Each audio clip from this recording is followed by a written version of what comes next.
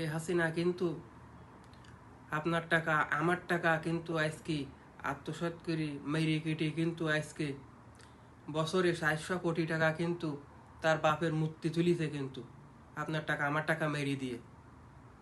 তাই তো এই এই আওয়ামী লীগ নামক দল যাতে আজ জীবনে বাংলাদেশে পা না রাখতে পারে আমরা সেই ব্যবস্থা করব, যাতে এবং আওয়ামী লীগের কোনো নেতাকোতা যদি থেকে থাকে তাদেরকে আমরা উচিত শিক্ষা দেব, যারা দেশের জনগণের প্রতি অত্যাচার করিয়েছে। এবং আওয়ামী লীগের কোনো নেতাকোতা যাতে আর কোনো বিশৃঙ্খলা সৃষ্টি না করতে পারে সেও ব্যবস্থা আমরা নেব ইনশাল্লাহ। এবং এই হাসিনা যাতে আজ জীবনে বাংলাদেশে পা না রাখতে পারে আমরা সেও ব্যবস্থাও করব ইনশাল্লাহ। এবং আমরা আমাদের দলকে বিএনপিকে এবং আমরা সাপোর্ট করে এবং